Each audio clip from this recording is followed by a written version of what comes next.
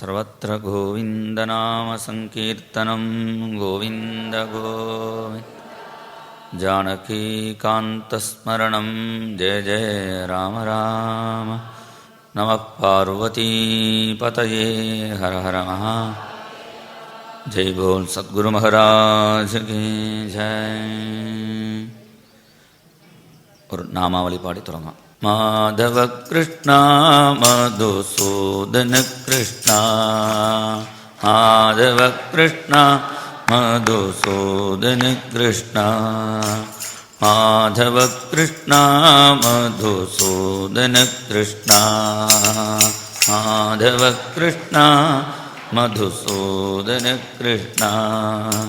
यादव कृष्णा यदुनन्दन कृष्णा, यादव कृष्णा यदुनन्दन कृष्णा, माधव कृष्णा मधुसूदन कृष्णा, माधव कृष्णा मधुसूदन कृष्णा।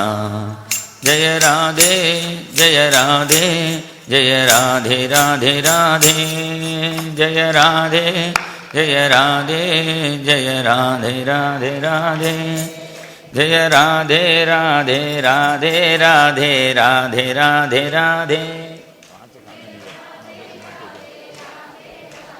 राधे राधे राधे।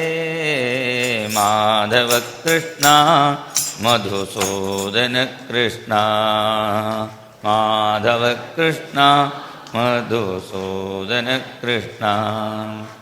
यादव कृष्णा यदुनन्दन कृष्णा, यादव कृष्णा यदुनन्दन कृष्णा, माधव कृष्णा मधुसूदन कृष्णा, माधव कृष्णा मधुसूदन कृष्णा।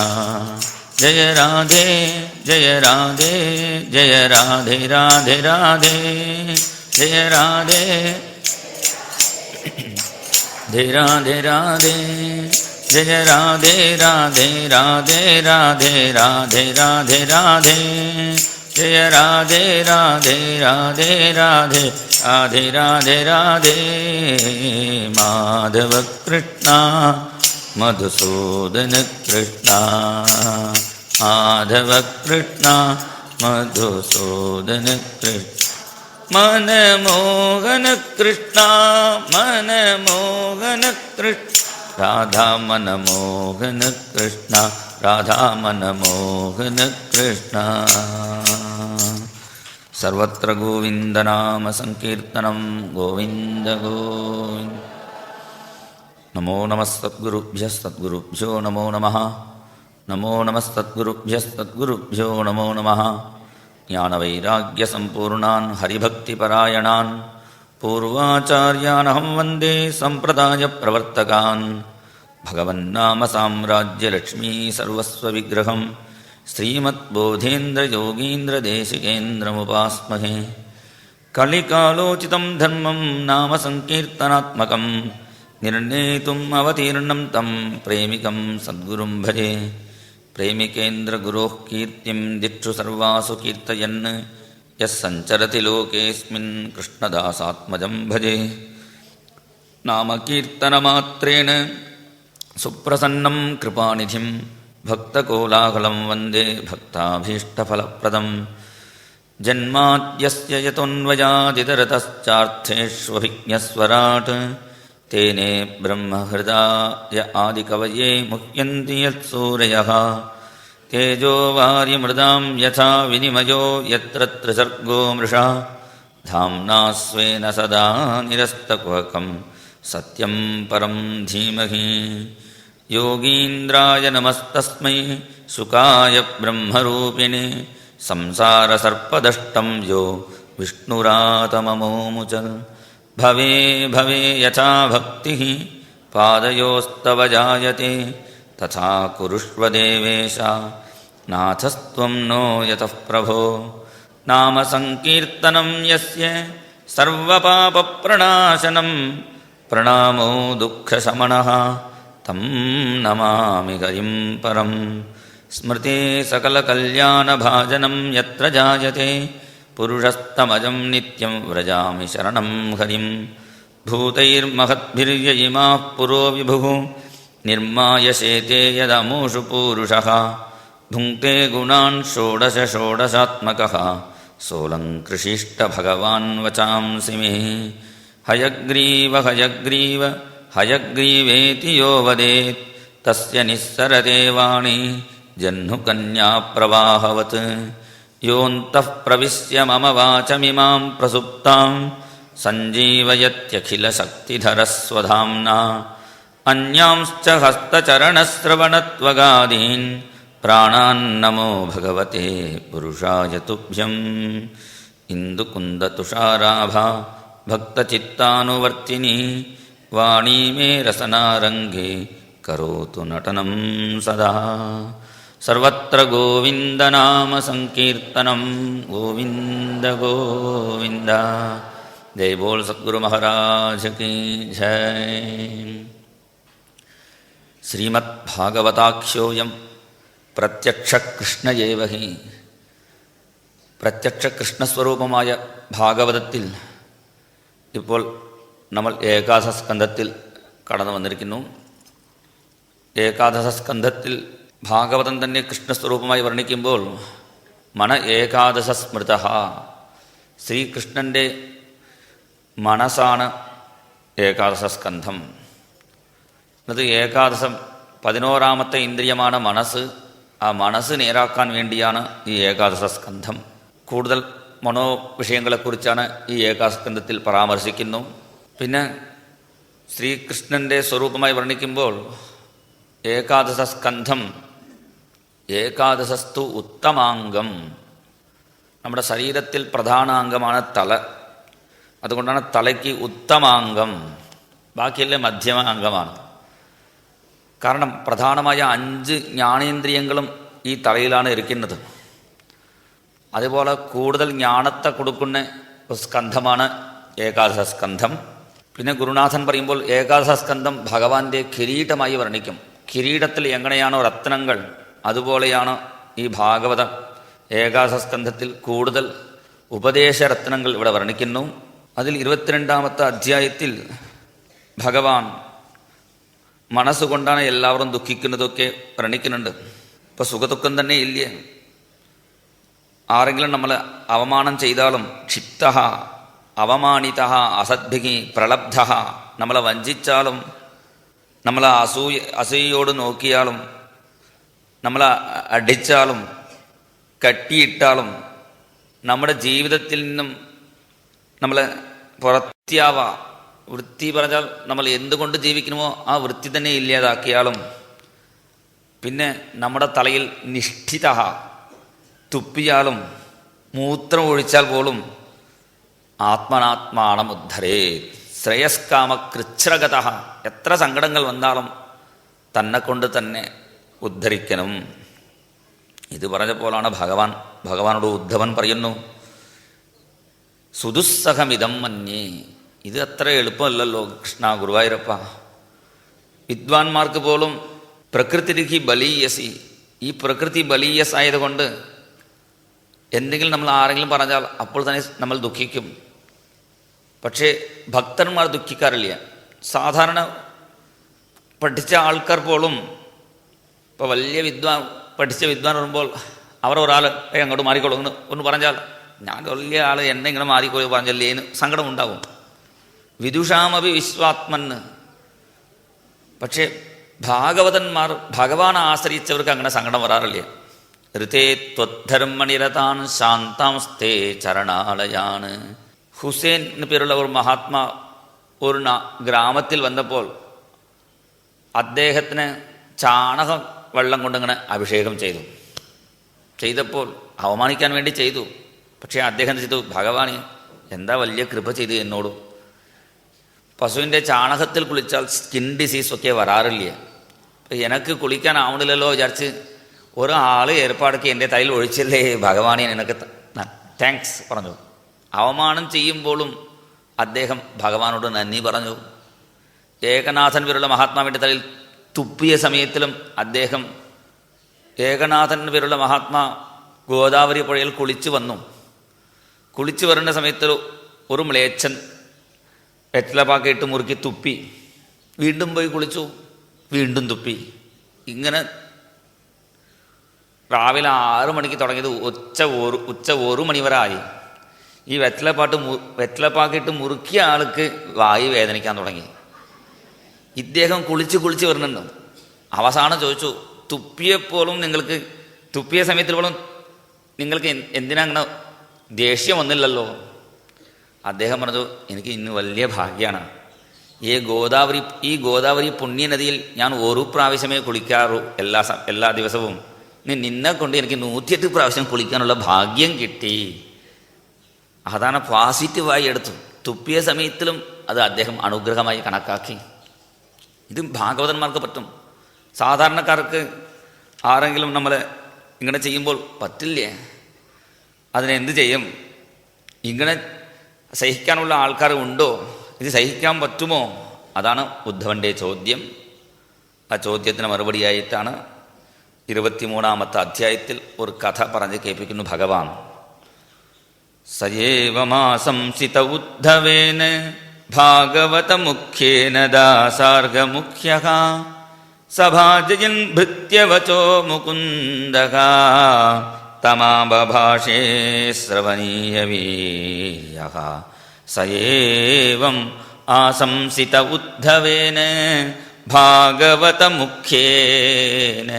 ഭാഗവതന്മാരിൽ ഏറ്റവും മുഖ്യനായ ഉദ്ധവനാൽ ചോദിക്കപ്പെട്ട ഭഗവാൻ സഭാജയന് നല്ല ചോദ്യം. ഗുരുനാഥൻ്റെ ലക്ഷണം ഇവിടെ കാണിച്ചു കൊടുക്കുന്നു ഭഗവാൻ. കൃഷ്ണം വന്ദേ ജഗദ്ഗുരും, ജഗദ്ഗുരുവല്ലേ ഭഗവാൻ. ശിഷ്യന്മാർ ചോദിച്ചാൽ ഇങ്ങനെ ചോദിക്കരുത്, ശുണ്ഠി എടുക്കാൻ പാടില്ല. ശിഷ്യന്മാർ ചോദിക്കുമ്പോൾ ശുണ്ഠി എടുത്താൽ എന്താണ് അർത്ഥം? ആ ചോദ്യത്തിന് ഉത്തരം അറിയാത്ത ആളാണ് ഗുരുനാഥൻ.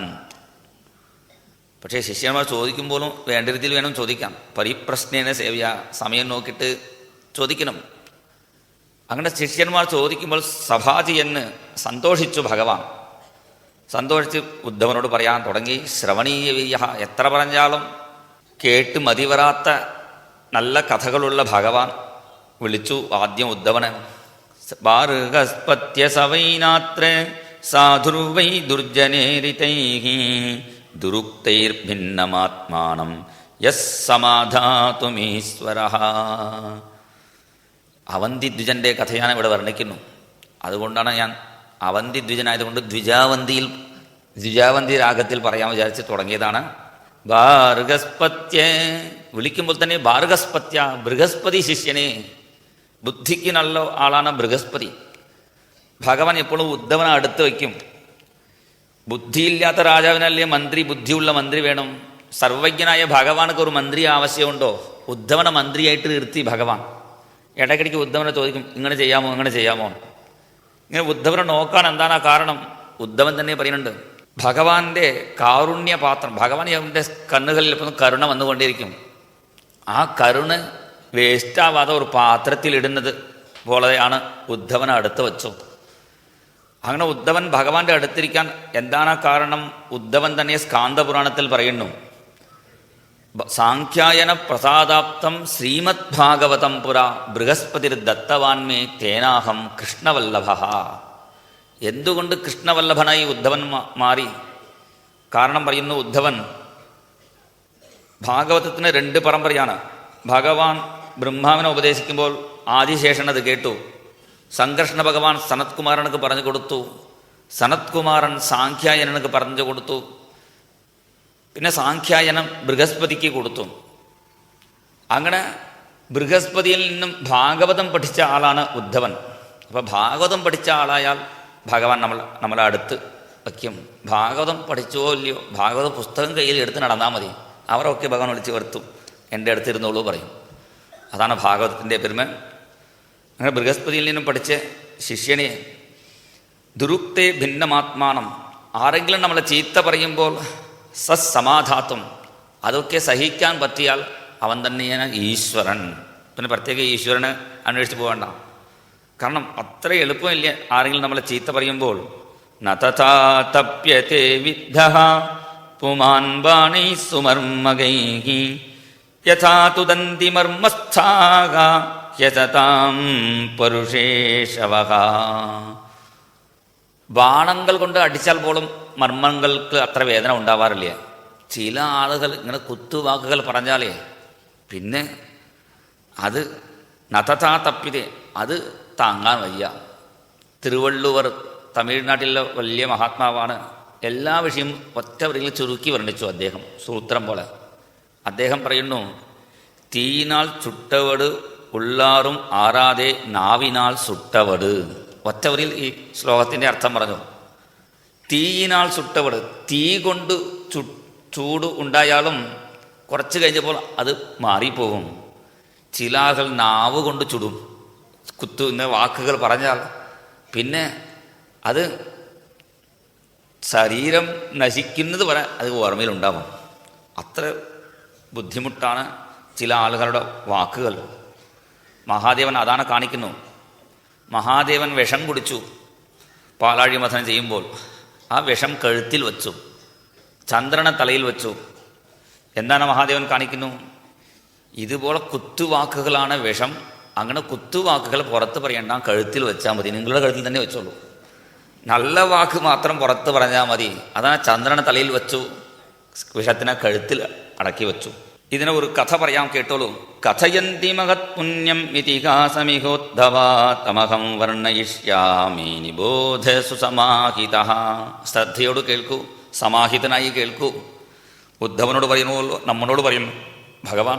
ഈ കഥ ഒന്ന്, ഇത് കഥയായിട്ട് പറയുന്നതിൽ കൂടുതൽ മനസ്സ് കൊടുത്ത് ചർച്ചയായത് ശ്രദ്ധിച്ച് കേൾക്കൂ. മഹത് പുണ്യമായ ചരിത്രമാണ്. ഒരു ഭിക്ഷു പാടിയ ഗീതം ഞാൻ ഇവിടെ കേൾപ്പിക്കുന്നു.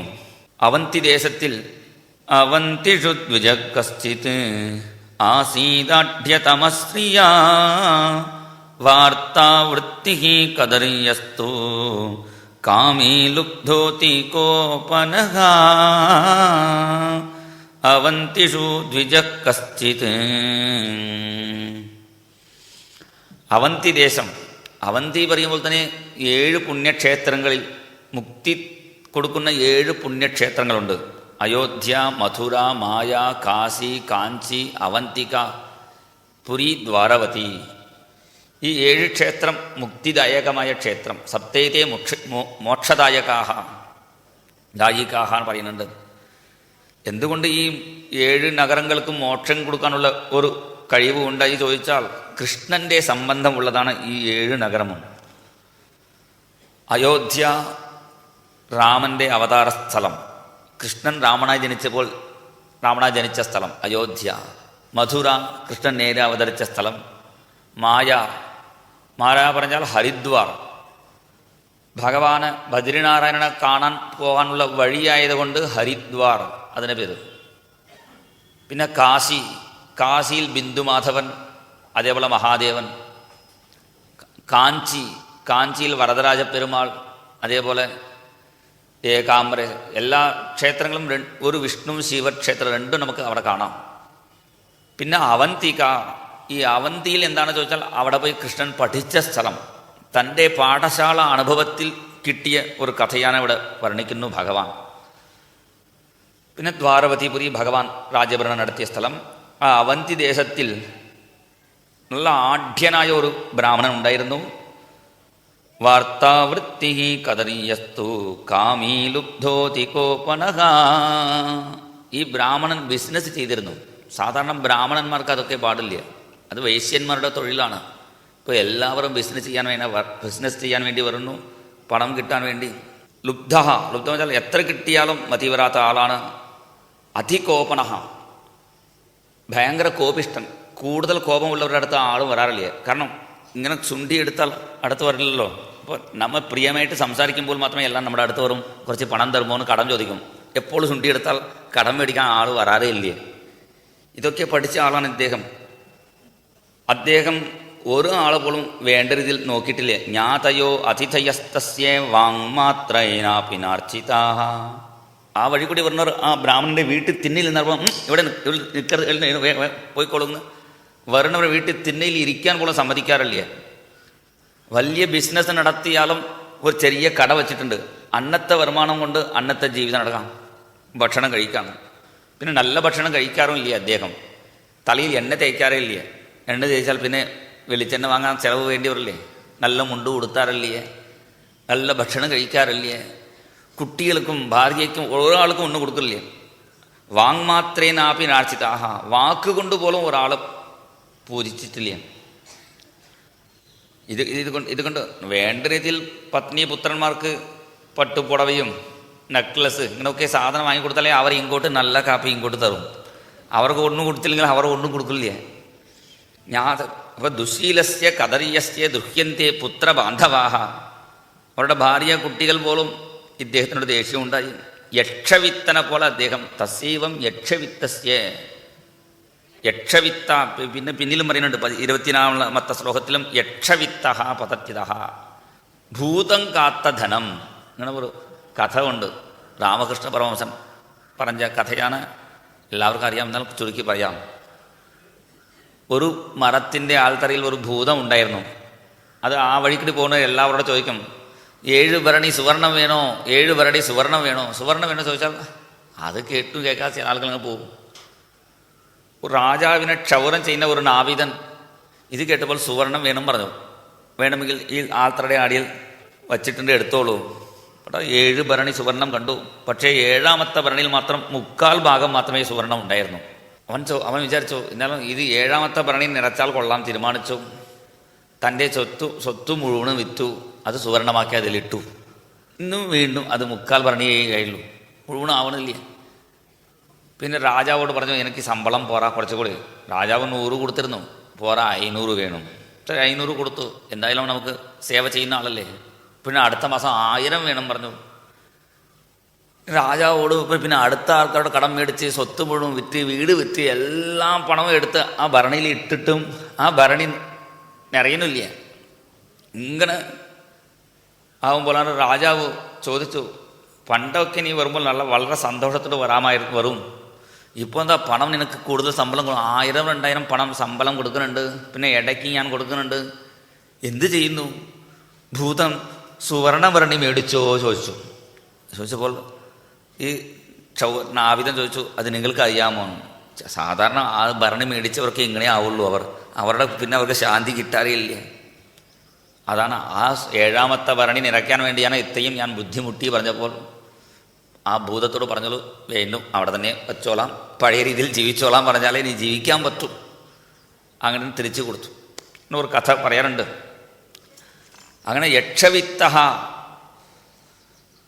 ഇവിടെ പറയുന്നുണ്ട്, തസ്സൈവം ഭൂതം കാക്കുന്നത് പോലെ ധർമ്മകാമ വിഹീനസ്യേ ചക്രുധു പഞ്ചഭാഗിന, അവരുടെ ബന്ധുക്കൾ എല്ലാവരും, ഒരു ഗൃഹസ്ഥൻ പറഞ്ഞാൽ അവനക്ക് 5 കടമുണ്ട്, അവനെ ആശ്രയിച്ച എല്ലാവരും അവൻ്റെ പണം മുഴുവൻ എടുക്കാൻ തുടങ്ങി. ജ്ഞാതയോ ജഗൃഹ് കിഞ്ചിത് ദസ്യവ ഉദ്ധവ, ജ്ഞാതികളും പിന്നെ കള്ളന്മാരും പിന്നെ ദൈവം കൊണ്ടും പെട്ടെന്ന് ഭൂകമ്പം, തീ പിടിച്ചു.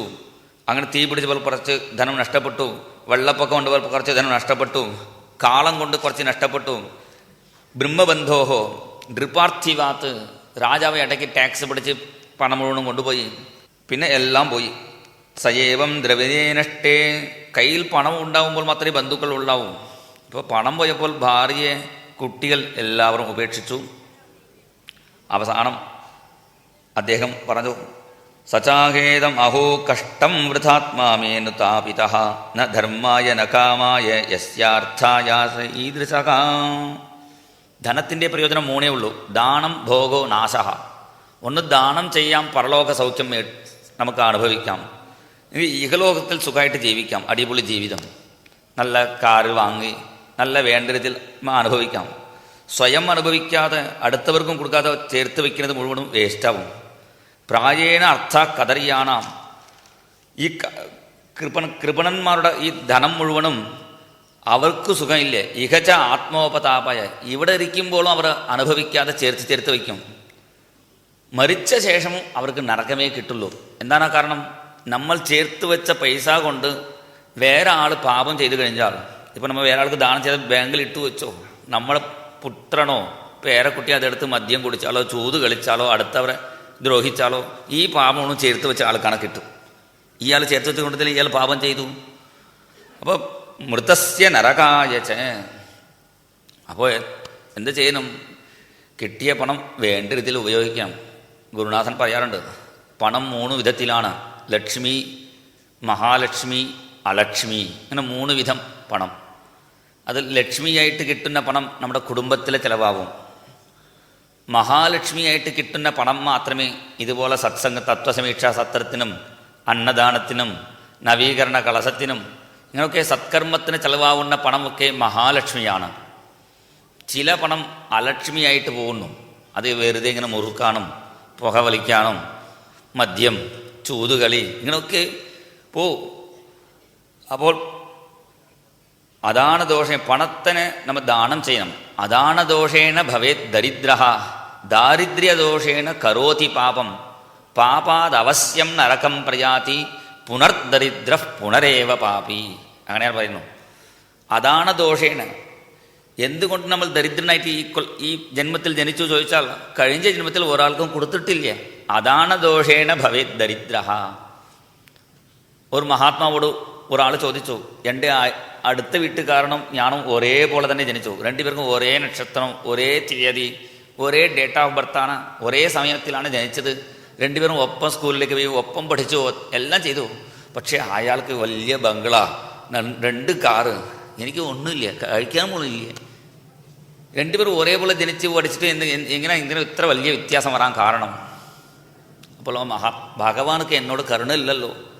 അയാളോട് അയാൾ ഒന്നും ചെയ്തില്ലെങ്കിൽ അയാൾക്ക് എന്താ കാറ് ബംഗ്ലാവൊക്കെ കിട്ടിയല്ലേ, എന്നോട് കരുണ ഇല്ലല്ലോ ഭഗവാനക്ക്. അപ്പോൾ മഹാത്മാവ് പറഞ്ഞു, നാളെ ഒന്ന് പുഴയ്ക്ക് കുളിക്കാൻ വരുമ്പോൾ ഒരു പാത്രം കൂടി കൊണ്ടുവന്നോളൂ പറഞ്ഞു. കൊണ്ടുവന്നു. അദ്ദേഹം ഒരു ചെറിയ മൊന്ത കൊണ്ടുവന്നു. പിന്നെ ഈ അയൽ വീട്ടുകാരനെയും വിളിച്ച് പറഞ്ഞു, അയാളെയും കൊണ്ടുവന്നോളൂ. 2 പേരും വന്നു. അയാൾ ഇത് വലിയ മന്ത, വലിയ കുടം കളസം കൊണ്ടുവന്നു. അപ്പോൾ പുഴയിൽ നിന്ന് വെള്ളം എടുത്തപ്പോൾ മഹാത്മാവ് പറഞ്ഞു, ഈ പുഴ വെള്ളം പോലെയാണ് ഭഗവാന്റെ കാരുണ്യം, ഇങ്ങനെ ഒഴുകി ഓടുന്നു. നീ ചെറിയ മന്ത കൊണ്ടുവന്നു, അതോ ചെറുതേന് എനിക്ക് കിട്ടി. അയാൾ വലിയ കളശപാത്രം കൊണ്ടുവന്നു, അയാൾ വലുത് കൂടുതൽ കൊണ്ടുപോകുന്നു. അപ്പോൾ എന്താ കാരണം? ഇത് ഭഗവാന്റെ പേരിൽ കുറ്റമില്ല. നമ്മൾ കൊണ്ടുവന്ന പാത്രത്തിൻ്റെ അളവ് മാത്രമേ നമ്മൾ എടുക്കാൻ പറ്റുള്ളൂ. മേരവും ഭർത്തൃഹരി നീതി ശതകത്തിൽ അദ്ദേഹം പറയുന്നു, യദ്ധാത്ര ലലാട്ടഭട്ട ലിഖിതം സ്തോകം മഹത്വാധനം തത് പ്രാപ്നോതി മരുസ്ഥലേപി നിതരാം മേരൗ തഥോ നാധികം. അദ്ദേഹം നല്ല ഉദാഹരണം ഇതാണ് പറയുന്നു. തലയെഴുത്ത് എന്താണോ അതേ കിട്ടുള്ളൂ. സുവർണ പർവ്വതമാണ് മേരുമല. മേരുമലയ്ക്ക് എത്തിയാലും നമുക്ക് 1 രൂപയെ കിട്ടണം പറഞ്ഞാൽ അത്രയേ കിട്ടുള്ളൂ. മരുഭൂമിയിൽ എത്തിയവർക്ക് 1000 കിട്ടണമെന്ന് വെച്ചാൽ അവർ അവിടെ എത്തിയാലും ഒന്നും കിട്ടാത്ത സ്ഥലത്ത് എത്തിയാലും അവർക്ക് വേണ്ടത് കിട്ടിക്കോളും. അപ്പോൾ അവർ കൊണ്ടുപോകുന്ന പാത്രം അനുസരിച്ചാണ്. അതുപോലെ കഴിഞ്ഞ ജന്മത്തിൽ നിറച്ചും ദാനം ചെയ്തവർക്ക് ഇപ്പോഴും നിറച്ചും പണം കിട്ടും. ഒന്നും ചെയ്യാത്തവർ ദരിദ്രനായിട്ട് ജയിക്കുന്നു. അതാണ് ദോഷേണ ഭവേത് ദരിദ്ര. അപ്പോൾ ദാരിദ്ര്യം കൊണ്ട് എന്ത് ചെയ്യുന്നു? വീണ്ടും പാപം ചെയ്യുന്നു. ദാരിദ്ര്യ ദോഷേണ കരോതി പാപം. പാപം കൊണ്ട് നരകത്തിലേക്ക് പോകുന്നു. വീണ്ടും വീണ്ടും പുനർദരിദ്ര പുനരേവ പാപി. ഇപ്പോൾ ഒരു പ്രാവശ്യം ദാനം ചെയ്യാതെ കൊണ്ട് ഇത്രയും ബുദ്ധിമുട്ടേണ്ടി വരുന്നു. അപ്പോൾ പണം ദാനം ചെയ്യണം. പണത്തിൻ്റെ വരവ് മുഖ്യമല്ല, ചെലവാണ് പ്രധാനം. ഗുരുനാഥൻ ഇടയ്ക്ക് പറയാറുണ്ട്, ചെലവാണ് പ്രധാനം. മാസം എന്താ ശമ്പളം ചോദിച്ചാൽ 30,000 ശമ്പളം. എന്താണ് ചെലവ്? 15,000 ഗുളിക കഴിക്കാനും വൈദ്യനക്ക് കൊടുക്കാനും പറഞ്ഞാൽ അത് വേസ്റ്റാണ്. 15,000 തത്വസമീക്ഷാ സത്രത്തിന് പറഞ്ഞാൽ അത് സന്തോഷം. അന്നദാനത്തിന് കൊടുത്താൽ സന്തോഷമാവും. അപ്പോൾ പണത്തിൻ്റെ പ്രയോജനം നല്ലതായിട്ട് വരണം. അങ്ങനെ വരട്ടെ പ്രാർത്ഥിക്കുന്നു ഞാൻ. ഇപ്പോൾ ബാങ്കിലിരിക്കുന്ന ഒരാൾക്ക് നിറച്ച് കട്ടുകെട്ടായി പണം കാണാൻ പറ്റും, പക്ഷേ അത് എടുത്ത് ചിലവ് ചെയ്യാൻ പറ്റില്ല. അതുപോലെയാണ് നമ്മൾ ചേർത്ത് വയ്ക്കുന്ന പണമൊക്കെ നമ്മൾ ബാങ്കിൻ്റെ മാനേജർ പോലെയാണ്. ബാങ്ക് ട്രഷറിയിൽ ഇരിക്കുന്ന കട്ടുകെട്ടായി പണം വരും, എല്ലാം എടുത്തെടുത്ത് വയ്ക്കും. കാണാനുള്ള ഭാഗ്യമേ ഉള്ളൂ. ചിലപ്പോൾ അത് ആസ്വദിക്കാം. ഇങ്ങനെയായിരുന്നു ചില ആളുകൾ. ചിലപ്പോൾ ഇങ്ങനെ നാക്ക് തടവിന ആസ്വദിക്കാൻ പറ്റും, പക്ഷേ വീട്ടിലേക്ക് കൊണ്ടുപോകാൻ പറ്റില്ല. അതുപോലെയാണ് നമ്മൾ ചേർത്ത് വയ്ക്കുന്ന പണം മുഴുവനും ബാങ്കുകാർ ചേർത്ത് വയ്ക്കുന്നത് പോലെ. നമ്മൾ ആർക്ക് കൊടുക്കുന്നുവോ അടുത്തവർക്ക് കൊടുക്കുന്ന പണം മാത്രമേ നമ്മുടേതായിട്ട് കണക്കാക്കണം. നമ്മൾ ചിലവ് കണക്കിൽ എഴുതും. സപ്താഹത്തിന് 1000 കൊടുത്തു, ആചാര്യ ദക്ഷിണ 100 കൊടുത്തു. അതൊക്കെ ചിലവിൻ്റെ ഭാഗത്തിൽ എഴുതാൻ പാടില്ല, അത് വരവിൻ്റെ ഭാഗത്തിൽ എഴുതേണ്ടതാണ്. ഇതൊക്കെ നമ്മുടെ വരവാണ്. ചിലവൊക്കെ നമ്മൾ വെറുതെ ഉപയോഗിച്ചതല്ലേ, അതൊക്കെ ചിലവിൽ പെട്ടതാണ്. ഈ അർത്ഥം കൊണ്ട് എന്തൊക്കെയാണ് ദോഷങ്ങൾ ഇവിടെ പറയുന്നത്? 15 ദോഷങ്ങൾ ഇവിടെ പറയുന്നു.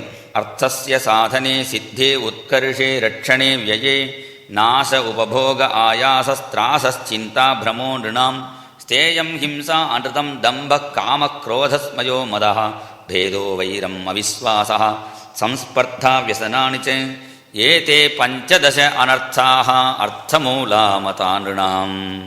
ഏതേ 15 അനർത്ഥാഃ, 15 അനർത്ഥം ഈ അർത്ഥത്തിലുണ്ട്. പക്ഷേ പേര് പക്ഷേ 15 അനർത്ഥമുള്ള സാധനമാണ്. അർത്ഥമനർത്ഥം ഭാവയ നിത്യം നാസ്തി തത് സുഖലേശ സത്യം പുത്രാദപി ധനഭാജാം ഭീതിഃ. ആദിശങ്കരൻ രസമായിട്ട് വർണ്ണിക്കുന്നു. അർത്ഥം അനർത്ഥം ഭാവയ നിത്യം നാസ്തി തത സുഖലേശ സത്യം. ഈ അർത്ഥം കൊണ്ട് ഒരു സുഖം പോലും നമുക്ക് കിട്ടില്ലേ. കാരണം നമ്മൾ ബീറോ വെച്ചിന് മുറിയിൽ ആരെങ്കിലും അറിയാതെ പോയാൽ തന്നെ നമ്മൾ ഉടനെ വെച്ച് എന്തെങ്കിലും ചെയ്തു നോക്കി വരും. പുത്രാദപി ധനഭാജാം, മകനെ കണ്ട് പോലും അവർ പേടിക്കേണ്ടി വരും. ധനഭാജാം ഭീതിഹി. ആദ്യം 6 പണം വേണം ആഗ്രഹിക്കുന്നവർ ആദ്യം കളവ് ചെയ്യും, പിന്നെ ചോദിച്ചാൽ നുണ പറയും, പിന്നെ അടുത്തവരെ ദ്രോഹിക്കും, യോഗ്യനെ പോലെ നടിക്കും, സമയം കിട്ടുമ്പോൾ വഞ്ചിച്ച് പണം എടുക്കും, അന്യൻ്റെ പണത്തിൽ ആഗ്രഹം ഉണ്ടാവും, അത് കിട്ടാത്ത വരുമ്പോൾ ദേഷ്യപ്പെടും. ഇങ്ങനെ പണം ഉണ്ടാവുമ്പോൾ ഉള്ള 6 ദോഷങ്ങൾ. പണം സമ്പാദിക്കുമ്പോൾ ധനം ഉണ്ടായ ശേഷം 9 ദോഷങ്ങൾ. ഇങ്ങനെ ചേർത്താൻ 15 ദോഷം ഇവിടെ വരണം. ധനം ഉണ്ടായ ശേഷം എന്തോ പിന്നെ ഗർവം, പിന്നെ അഹങ്കാരം, എല്ലാവരുടെ സമഭാവന. പണ്ട് പോലെ എല്ലാവരും ഒരേപോലെ ഭാവിക്കാറില്ല. പണക്കാർ വരുമ്പോൾ മാത്രം ചിരിക്കും, ഏഴ വന്നാൽ ചിരിക്കാറില്ല. വിഷമഭാവന, മാത്സര്യം, വേറെ ഒരാൾ പോലും വിശ്വാസം ഇല്ലാതെ അവിശ്വാസത്തോടെ നടക്കുന്നത്, പണം തന്നെക്കാൾ കൂടുതലുള്ളവരോട് സ്പർദ്ധ, പിന്നെ സ്ത്രീ സേവ, ചൂതുകളി, മദ്യപാനം. ഇങ്ങനെ 9 അനർത്ഥം പണം ഉണ്ടായ ശേഷം. പണം സമ്പാദിക്കുമ്പോൾ ഇങ്ങനെ 15 അനർത്ഥം ഇവിടെ വർണ്ണിക്കുന്നു. ഏതേ 15 അനർത്ഥാഃ അർത്ഥമൂലാമതാ നൃണാം തസ്മാദനർത്ഥം അർത്ഥാക്യം ശ്രേയോർത്ഥി ദൂരതസ്ഥിതി. ഒരു ചെറിയ പണം വിഷയം മൂലം വലിയ ബന്ധുക്കളും സുഹൃത്തുക്കളും പിരിഞ്ഞു പോകുന്നു, സഹോദരന്മാർ പോലും പിരിഞ്ഞു പോകുന്നു ഒരു ചെറിയ പണത്തിന് വേണ്ടി. അതുകൊണ്ട് ഈ ലബ്ധ്വാജന്മ അമരപ്രാർത്ഥ്യം, ദേവന്മാർ പോലും പ്രാർത്ഥിക്കുന്ന ഈ മനുഷ്യജന്മം കിട്ടിയിട്ടും, മനുഷ്യജന്മത്തിലും ബ്രാഹ്മണനായി ജനിച്ചിട്ടും ആരാണ് അർത്ഥത്തിന് വേണ്ടി അങ്ങോട്ട് ഓടി നടക്കുന്നുവോ, ഭഗവാന്റെ അടുത്ത് പോകുന്നില്ലയോ, അവരൊക്കെ അശുഭാം ഗതിം, അവർ അശുഭാം ഗതിയെ നരകത്തിലേക്കാണ് അവർ പോകുന്നു. സ്വർഗാപവർഗയോർ ദ്വാരം, സ്വർഗാപവർഗത്തിൻ്റെ ദ്വാരമായ ഈ മനുഷ്യ ശരീരം കിട്ടിയിട്ടും, ഈ ശരീരം കിട്ടിയിട്ടും പണത്തിന് വേണ്ടി ഓടാൻ പാടില്ല. പണം ആവശ്യമാണ്. ഇപ്പോൾ ബസ്സിൽ കയറിയാൽ ഞാൻ ഭാഗവതം പഠിക്കുന്ന ആചാര്യനാണ് കൊണ്ടുപോകുക വെച്ചാൽ ബസ്സുകാരെ കൊണ്ടുപോകില്ല, 10 രൂപ തരുവ് ചോദിക്കും. അപ്പം പണം ആവശ്യമാണ്, പക്ഷേ അതിൽ കൂടുതൽ ആർത്തി പാടില്ല. അതാണ് ഇവിടെ വർണ്ണിക്കുന്നു. ഈ ലോകം ഈ അർത്ഥം കൊണ്ട് ഇത്രയും മോഹിക്കുന്നുണ്ടല്ലോ എന്ന് അദ്ദേഹം പറയുന്നു. പിന്നെ അദ്ദേഹം സന്യാസം സ്വീകരിച്ചു. കാരണം കൂടുതൽ കടം മേടിച്ചു പോയി. ബിസിനസ് ചെയ്യാൻ വേണ്ടി നടച്ച ആളുകളോട് കടം മേടിച്ചു, അത് തിരിച്ചു കൊടുക്കാൻ പറ്റാതായി. അപ്പോൾ സന്യാസം സ്വീകരിച്ചു. പണ്ടൊക്കെ സന്യാസം സ്വീകരിച്ചാൽ കടം കൊടുത്തവർ മേടിക്കാറില്ലേ, തിരിച്ച് മേടിക്കാറില്ലേ. ഇപ്പോൾ അങ്ങനെയില്ലേ, സന്യാസിമാരോടും മേടിക്കും. അങ്ങനെ ആയി പോയി കഴിഞ്ഞു. പണ്ട് അങ്ങനെയില്ലേ, സന്യാസം സ്വീകരിച്ചാൽ പിന്നെ കടം കൊടുത്തവർ ഇങ്ങോട്ടും ചോദിക്കാറില്ലേ. അങ്ങനെ തിരിച്ചു കൊടുക്കാൻ പറ്റാതെ ആകുമ്പോഴാണ് ചിലപ്പോൾ തമിഴ്നാട്ടിൽ ചില വലിയ ആളുകൾ പോലും സന്യാസം സ്വീകരിച്ച് പോയത്. അങ്ങനെ കടം കൊടുക്കാൻ പറ്റാതായപ്പോൾ സന്യാസം സ്വീകരിച്ചു. പക്ഷേ ആ കാവ്യമുണ്ടിൻ്റെ മാഹാത്മ്യം പറയട്ടെ, ഒരു അത്ഭുതം. അദ്ദേഹം കടം തിരിച്ചു കൊടുക്കാൻ പറ്റാത്ത ഒരു രീതിയിൽ സന്യസിച്ചപ്പോൾ പെട്ടെന്ന് വൈരാഗ്യമുണ്ടായി, ജ്ഞാനം കിട്ടി അദ്ദേഹത്തിന്. സചചാരമഹീമേതാം സംയതാത്മേന്ദ്രിയാണിലഹ ഭിക്ഷാർത്ഥം നഗരഗ്രാമാൻ അസംഗോ ലക്ഷിതോ വിശത്. അദ്ദേഹം തന്നെ പറയുന്നു, നൂനമ്മേ ഭഗവാൻ സ്തുഷ്ട. ഇത്രയും എന്നെ വലിയ ദാരിദ്ര്യത്തിൽ മുക്കി ഇത്ര സങ്കടപ്പെടുത്തിയല്ലേ ഭഗവാൻ, അത് വലിയ ഭാഗ്യമാണെന്ന് അദ്ദേഹം വിചാരിച്ചു. ഏന നീതോ ദശാമേതാം നിർവേദശ്ച ആത്മപ്രവഹ.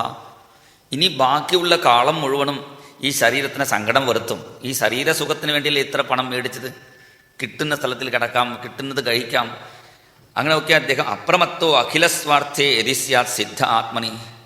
ഒരു മുഹൂർത്തം കൊണ്ട് ഖട്വാങ്കൻ ഭഗവാനെ പ്രാപിച്ചല്ലേ. അപ്പോൾ ദേവന്മാർക്ക് എന്നെ അനുഗ്രഹിട്ടെ, ഇന്ന് ബാക്കിയുള്ള കാലം ഭഗവാനെ സേവിച്ച് ഭഗവാന്റെ നാമം ജപിച്ച് ഞാൻ ഇങ്ങനെ നടക്കും. അദ്ദേഹം പറഞ്ഞു പുറപ്പെട്ടു. നന്ദ ആനന്ദ കന്ദ സുന്ദര ഗോപാല, നന്ദ ആനന്ദ കന്ദ സുന്ദര ഗോപാല, നന്ദ ആനന്ദ കന്ദ സുന്ദര ഗോപാല, നന്ദ ആനന്ദ കന്ദ സുന്ദര ഗോപാല, ആനന്ദ ഗോവിന്ദ ഗോപി ഗോപാല, ആനന്ദ ഗോവിന്ദ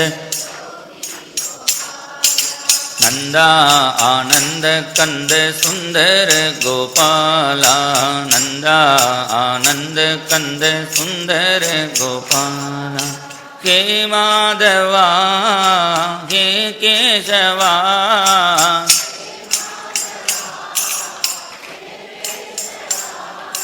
ഹേ മാധവ ഹേ കേശവ,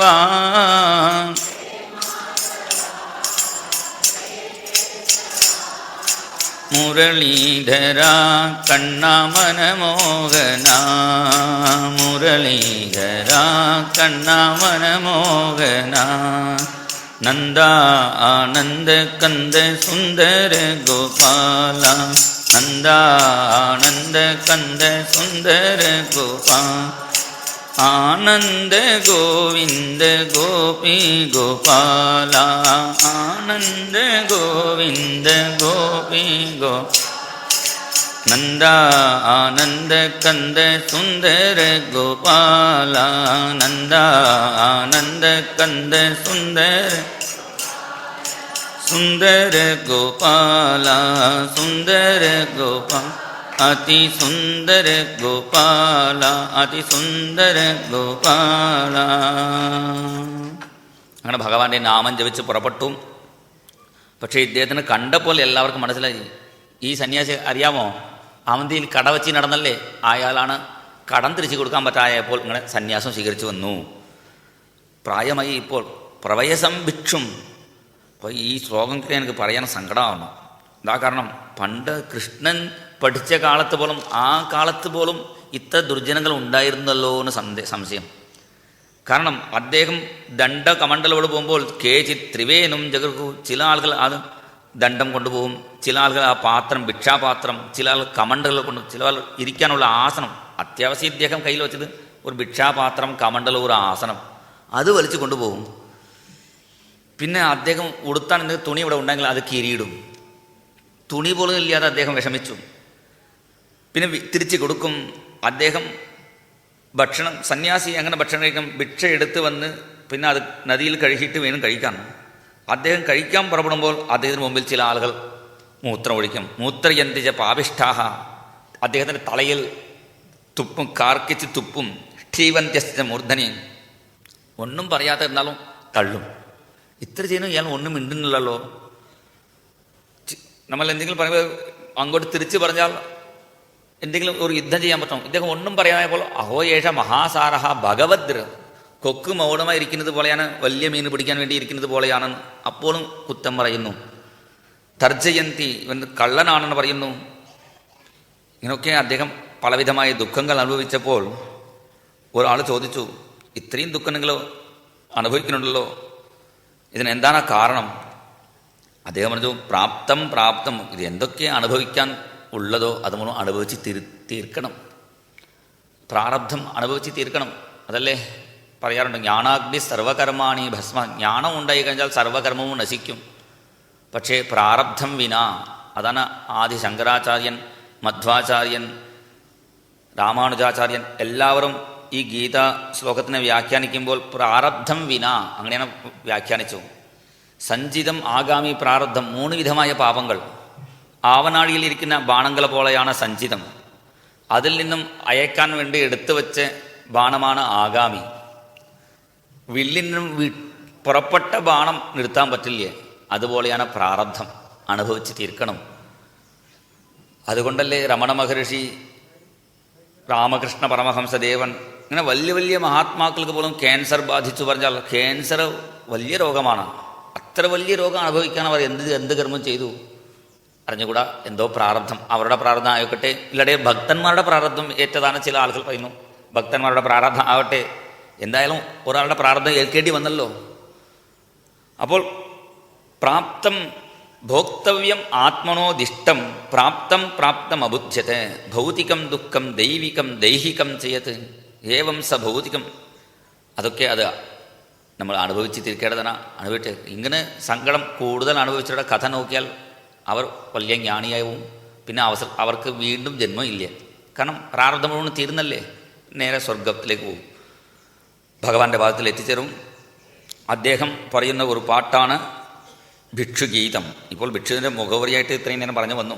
കാരണം പ്രഭാഷണം ചെയ്താൽ ആദ്യം ഒരു മുഖവര വേണ്ടേ. പ്രഭാഷണത്തിൻ്റെ ടെക്നിക്കൽ അത് തന്നെയാണ്. മുഖവരിയിൽ അരമണിക്കൂർ നമുക്ക് കഴിഞ്ഞ് കിട്ടും. പിന്നെ ബാക്കി കഥ പറഞ്ഞാൽ മതി, വിഷയങ്ങൾ പറഞ്ഞാൽ മതി. ആ ബ്രാഹ്മണൻ പറയുന്ന ഗീതയാണ് ഈ ഭിക്ഷുഗീത. നായം ജനോ മേ സുഖദുഃഖഹേതു ന ദേവതാത്മാഗ്രഹ കർമ്മകാലാഹ മനഃപരം കാരണമാമനന്തി സംസാരചക്രം പരിവർത്തയേദ്യത്. ദുഃഖത്തിന് പ്രധാന 6 കാരണങ്ങൾ പറയുന്നു. ആ 6 കാരണവും എനിക്കില്ല എന്നിവിടെ അദ്ദേഹം സമർത്ഥിക്കുന്നതാണ് ഇവിടെ ഈ ഭിക്ഷുഗീതത്തിൽ. ഈ ജനങ്ങൾ ദുഃഖിക്കുന്നില്ല എന്നെ. നായം ജനോമേ. ചില ആളുകൾ പറയും നിൻ്റെ ദുഃഖത്തിന് കാരണം എന്താണെന്ന് ചോദിച്ചാൽ എൻ്റെ അയൽ വീട്ടുകാരനാണ്, അയാൾക്ക് ട്രാൻസ്ഫർ കിട്ടി മാറിപ്പോയാൽ ഞാൻ സുഖമായിട്ട് ജീവിക്കും. ഇങ്ങനെ ചില ആളുകൾ തൻ്റെ ദുഃഖത്തിന് കാരണം അടുത്ത വീട്ടുകാരനെ പറയും. പിന്നെ ചില ആളുകൾ ദൈവങ്ങളെ പറയും, ദൈവങ്ങളാണ് എൻ്റെ ദുഃഖത്തിന് കാരണം. ചില ആളുകൾ പറയും ആത്മാവാണ് കാരണം. ചില ആളുകൾ ഗ്രഹമാണ്, ഗ്രഹപ്പിഴയാണ്. 7 നാട്ട് ശനി പിടിച്ച ശനി വിടുന്നേ ഇല്ലേ, ഇത് എൻ്റെ ദുഃഖത്തിന് കാരണം ശനീശ്വരനാണെന്ന് പറയുന്നു ചില ആളുകൾ. പിന്നെ ചില ആളുകൾ കർമ്മമാണ് കാരണം പറയുന്നു, ചില ആളുകൾ കാലമാണ് കാരണം പറയുന്നു. പക്ഷേ ഇതൊക്കെ കാരണമില്ലേ. മനഃപരം കാരണമാമണന്തി. മനസ്സ് തന്നെയാണ് കാരണം. മഹാത്മാക്കൾ പറയുന്നു മനസ്സുകൊണ്ടാണ് സംസാരചക്രം പരിവർത്തയേദ്യത്. ഈ സംസാരചക്രം ചുറ്റിക്കൊണ്ടിരിക്കുന്നത്. ഇത് വേദത്തിൽ പറഞ്ഞത് അങ്ങനെയാണ്. നമ്മൾ വിചാരിക്കുന്നു ചെവി കൊണ്ട് കേൾക്കുന്നു, കണ്ണുകൊണ്ട് കാണുന്നു, അതൊക്കെ തെറ്റാണ്. ഇതൊക്കെ ഒരു ഉപകരണങ്ങളാണ്. നമ്മൾ കേൾക്കുന്നതും മനസാഹ്യേവ പശ്യതി മനസാ ശൃണോതി, അങ്ങനെയാണ് വേദത്തിൽ പറയുന്നു. ഉപനിഷത്തിൽ നമ്മൾ മനസ്സുകൊണ്ടാണ് കേൾക്കുന്നു. ഇവിടെ ഇരിക്കുന്ന ചില ആളുകൾ ചിലപ്പോൾ വീട്ടിലേക്ക് പോയിട്ടുണ്ടാവും മനസ്സുകൊണ്ട്. അവിടെ എന്തായോ പൂട്ടിയിട്ട്, പക്ഷേ വെളിച്ചു നോക്കാതെ വന്നു പൂട്ടു, അത് എന്തായോ. അങ്ങനെ ചില ആൾ അങ്ങോട്ട് പോകും. ഇവിടെ ഇരുന്നാലും മനസ്സ് അങ്ങോട്ട് പോകും. നോക്കുന്നതും മനസ്സുകൊണ്ട്. മനസ്സിൻ്റെ സംബന്ധമില്ലെങ്കിൽ പിന്നെ ഒരു കാര്യം നേരാവണില്ല. അപ്പം മനസ്സാണ് പ്രധാനം. മനഃപരം കാരണമാമണന്തി സംസാരചക്രം. സുഖദുഃഖത്തിൻ്റെ കാരണം മനസ്സാണ്. ഉദാഹരണം ഗുരുനാഥൻ പറയാറുണ്ട്. നല്ല വെയിലിൽ, നടക്കാൻ പറ്റാത്ത വെയിലിൽ ഒരു ഭിക്ഷക്കാരൻ നടന്നു പോകുന്നു. അപ്പോൾ വേറൊരു ഭിക്ഷക്കാരൻ അടുത്ത് ഓടി വന്ന് പറഞ്ഞു, ഇന്നലെ നീ ലാട്ടറി ചീട്ട് മേടിച്ചല്ലേ, അതിന് എനിക്ക് 1,00,000 കിട്ടിക്കഴിഞ്ഞു. 1,00,000 കിട്ടി പറഞ്ഞാൽ മതി. പിന്നെ ലാട്ടറി ചീട്ട് നമ്പർ നോക്കിയിട്ടില്ലേ, പേപ്പർ നോക്കിയിട്ടില്ലേ. 1,00,000 കിട്ടി പറഞ്ഞ അടുത്ത ക്ഷണം വെയിലിൽ നടക്കാൻ പറ്റാതെ പോയ ഇയാൾക്ക് AC മുറിയിലിരിക്കുന്ന ആണെന്ന് വന്നു. തുള്ളിച്ചാടുന്നു, എനിക്ക് 1,00,000 രൂപ കിട്ടി. വെയിൽ നടത്തുന്ന ആൾക്ക് AC മുറിയിലിരിക്കുന്ന അനുഭവം കിട്ടി. വേറൊരാൾ AC മുറിയിലിരിക്കുന്നു. അയാളെ കുത്താൻ വേണ്ടി 4 ആളുകൾ കത്തിയോടെ അവിടെ വന്നു. കത്തിയുമായി 4 ആളുകൾ അവിടെ വന്നപ്പോൾ AC മുറിയിലിരിക്കുന്ന ആൾക്ക് വിയർക്കാൻ തുടങ്ങി. AC മുറിയിൽ നിന്നിട്ട് കാര്യമില്ലേ. മനസ്സ് വേദനിച്ചപ്പോൾ, മനസ്സ് ചൂടായപ്പോൾ, അവിടെ AC മുറിയിൽ ഇരുന്നപ്പോഴും അദ്ദേഹത്തിന് വിയർക്കാൻ തുടങ്ങി. മനസ്സ് സന്തോഷിച്ചപ്പോൾ നല്ല വെയിൽ നടന്ന ഭിക്ഷക്കാരനക്ക് AC മുറിയിൽ പോയ ഒരു അനുഭവം കിട്ടി. അപ്പോൾ എല്ലാ സുഖദുഃഖത്തിനും കാരണം മനസ്സാണ്. മനോഗുണാൻ വൈ സൃജത്തെ ബലീയഃ തതശ്ച കർമാണി വിലക്ഷണാനി ശുക്ലാനി കൃഷ്ണാന്യഥ ലോഹിതാനി തേഭ്യഃ സവർണാശ്രിതയോ ഭവന്തി. ഈ ബലമുള്ള മനസ്സാണ് ഗുണങ്ങൾ മൂലം സത്വരജസ്തമോ ഗുണങ്ങളെയും അതുമൂലം കർമ്മങ്ങളെയും ചെയ്യിപ്പിക്കുന്നതും. ശുക്ലാണി കൃഷ്ണാണി, ശുക്ലകർമ്മങ്ങൾ, ധ്യാനം, തപസ്, ഇതൊക്കെ ശുക്ലം, സാത്വിക കർമ്മങ്ങൾ. കൃഷ്ണാണി പറഞ്ഞാൽ തമോ ഗുണപ്രദമായ കർമ്മങ്ങൾ, ചൂതുകളി, മദ്യപാനം, ഇതൊക്കെ. ലോഹിതാണി, ഹിംശ്രമയമായ യജ്ഞാദികൾ അതും ആ കർമ്മങ്ങൾ കൊണ്ടാണ് പിന്നെ തേഭ്യ സവർണാ ശ്രുതയോ ഭവന്തി. ഈ മനസ്സുകൊണ്ടാണ് ഈ സംസാരചക്രം പ്രവർത്തിക്കുന്നത്.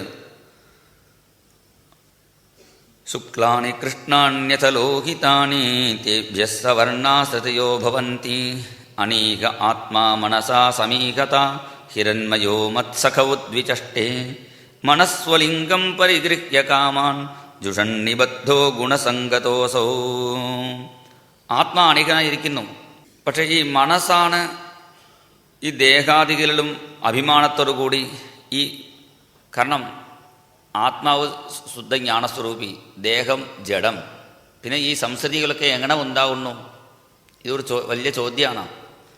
അധ്യാത്മരാമായണത്തിൽ താര ശ്രീരാമനോട് ചോദിക്കുന്ന ചോദ്യം, അതിലെന്താ ചോദിക്കുന്നു? ദേഹോ അചിത് കാഷ്ഠവദ്രാമ ജീവോ നിത്യ ചിദാത്മക സുഖദുഃഖാദി സംബന്ധ കസ്യ സ്യാത് രാമമേവത. ഇതാണ് താരയുടെ ചോദ്യം രാമനോട്. ഈ ദേഹ അചിത്, ഇതൊന്ന് കാഷ്ഠം പോലെയാണ്. ജീവൻ നിത്യ ചിദാത്മകൻ. അപ്പോൾ സുഖദുഃഖങ്ങൾ ആർക്കാണ്? അപ്പോൾ രാമൻ പറയുന്ന ഉത്തരമാണ് ശരിക്കും ഇതേ ഭിക്ഷുഗീതം തന്നെയാണോ? ഈ അധ്യാത്മരാമായണം വായിച്ചപ്പോൾ എനിക്ക് എന്താ മനസ്സിലായി? ഈ ഭാഗവതം എടുത്ത് ഒരു ഡബ്ബിങ് ചെയ്ത രാമായണമാണോ ഒരു സംശയം. മുഴുവനും ശ്ലോകങ്ങൾ കണ്ടാൽ ഭാഗവതം പോലെയാണ് അധ്യാത്മരാമായണത്തിൽ. രണ്ടും വ്യാസനല്ലേ പറഞ്ഞത്. അപ്പോൾ ഇതിൽ പറഞ്ഞ കാര്യം അവിടെയും പറഞ്ഞിട്ടുണ്ടാവും. രാമൻ്റെ ഉപദേശമായിട്ട് വർണ്ണിക്കുന്നു. അഹങ്കാരാദി സംബന്ധോ യാവത് ദേഹീന്ദ്രിയൈ സഹ സംസാരസ്താവദേവ സ്യാത് ആത്മനസ്ത്വവിവേകിനഃ. ഈ ദേഹം ഇന്ദ്രിയങ്ങളോട് എപ്പോഴാണ് അഹങ്കാരം തോന്നുന്നുവോ, ഞാൻ എൻ്റെ തോന്നുമോ, അപ്പോഴാണ് സംസാരം ആരംഭിക്കുന്നത്. നമ്മൾ അങ്ങനെ പ്രാക്ടീസ് ചെയ്തു പോയി. ഇപ്പം തോല് കറുത്ത കളറായാൽ ഞാൻ കറുത്ത ആളായി പോയില്ലേ സങ്കടം. തോല് ചുമപ്പാൽ ഞാൻ ചുമപ്പാണ്, അങ്ങനെ ചില ആൾക്ക് തന്നു. പിന്നെ ശരീരം മെലിഞ്ഞു പോയാൽ ഞാൻ മെലിഞ്ഞു, ശരീരം തടിച്ചാൽ ഞാൻ തടിച്ചു. ഇയാൾ തടിച്ചിട്ടുമില്ല, മെലിഞ്ഞിട്ടുമില്ല, പിന്നെ സ്ഥൗല്യം, കാർസ്യം, വ്യാധയ, ആദയശ്ച ക്ഷുത്രുഭയം, ഇതൊക്കെ ശരീരധർമ്മത്തിൻ്റെ നമ്മധർമ്മമായിട്ട് നമ്മൾ വിചാരിച്ചത് കൊണ്ടാണ് ഇത്രയും സങ്കടങ്ങൾ. മിഥ്യാരോപിത സംസാര ന സ്വയം വിനിവർത്തതേ. കൂടുതൽ വിഷയങ്ങളെ ധ്യാനിക്കുന്നവർക്ക് സ്വപ്നേ മിഥ്യാഗമ, സ്വപ്നത്തിൽ വരുന്നത് പോലെയാണ് ഈ സുഖദുഃഖങ്ങളൊക്കെ. അനാദ്യവിദ്യാ സംബന്ധ തത് കാര്യ അഹങ്കൃതേസ്തത.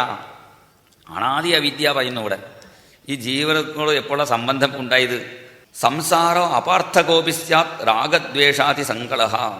ഇവിടെ പറഞ്ഞ അതേ കാര്യമാണ് ഇവിടെ പറയുന്നു. സംസാരം ബന്ധം രണ്ടും മനസ്സ് തന്നെയാണ്. മനയേവകി സംസാര ബന്ധശ്ചൈവ മനസ്സുഭേ ആത്മാ മനസ്സമാനത്വം ഏത്യേ തദ്ഗത ബന്ധപാക്ക്. ഈ ജീവാത്മാ മനസ്സ് തന്നെയാണ് സംസാരം, മനസ്സുകൊണ്ടാണ് ബന്ധങ്ങളൊക്കെ ഉണ്ടാവുന്നത്. ഈ മനസ്സോട് ഒന്നിച്ച് ചേർത്താണ് ഈ മനസ്സിൽ എല്ലാം ഏറ്റെടുത്ത് ദുഃഖിക്കുന്നു. ഈ ആത്മാ ശുദ്ധ സ്ഫടികം പോലെയാണ്. യഥാ വിശുദ്ധ സ്ഫടിക അലക്തകാദി സമീപക തത്തത് വർണ്ണയുഗാഭാതി വസ്തുതോ നാസ്തി രഞ്ജനം. ശുദ്ധമായ സ്ഫടികം പോലെയാണ് ഈ ആത്മാ. സ്ഫടികൻ്റെ അടുത്ത് നീലപ്പൂ വച്ചാൽ നീല കളറായി കാണും, ചമപ്പ് പൂ വച്ചാൽ ചമന്നായിട്ട് കാണും. പൂക്കൾ ഒന്നില്ലെങ്കിൽ അശുദ്ധമായിട്ടിരിക്കുന്നു. അതുപോലെയാണ് ബുദ്ധീന്ദ്രിയാദി സാമീപ്യാത് ആത്മന സംസൃതിർ ബലാത് ആത്മാ സ്വലിംഗന്തു മനഃ പരിഗൃഹ്യ തദ്ഭവാണ്.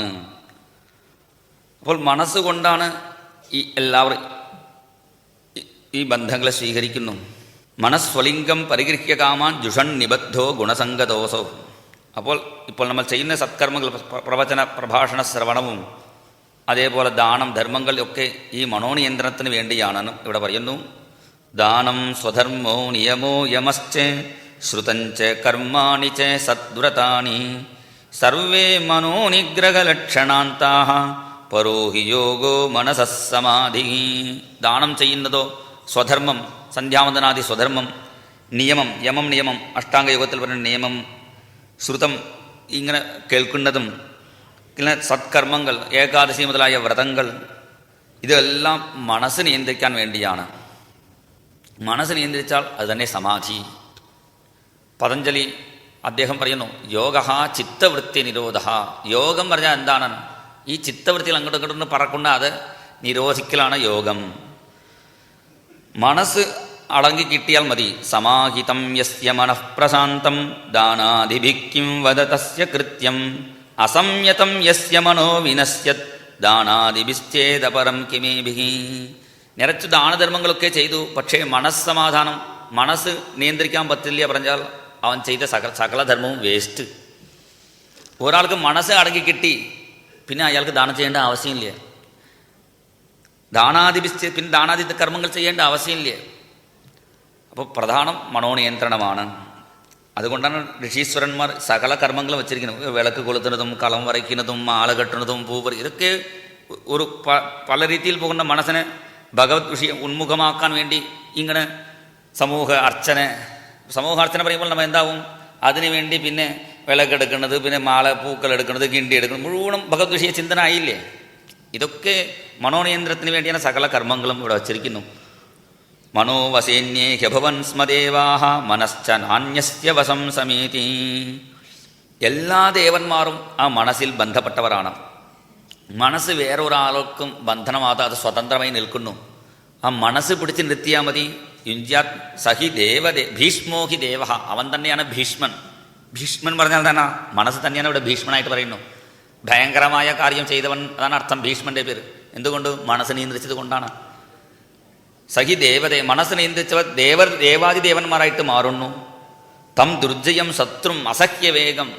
ഈ മനസ്സ് നിയന്ത്രിക്കാത്തത് കൊണ്ടാണ് നമ്മൾ ഇത് വേണ്ടപ്പെട്ട ആൾ, ഇത് വേണ്ടാത്ത ആളുമൊക്കെ നമ്മൾ തീരുമാനിക്കുന്നത്. കാരണം മനസ്സുകൊണ്ട് ഈ ശരീരത്തിന് ഞാൻ വിചാരിച്ചിട്ട് ദേഹം മനോമാത്രം ഇമം ഗൃഹീത്ത. എല്ലാം തോന്നലല്ലേ, മനസ്സിൻ്റെ തോന്നലല്ലേ.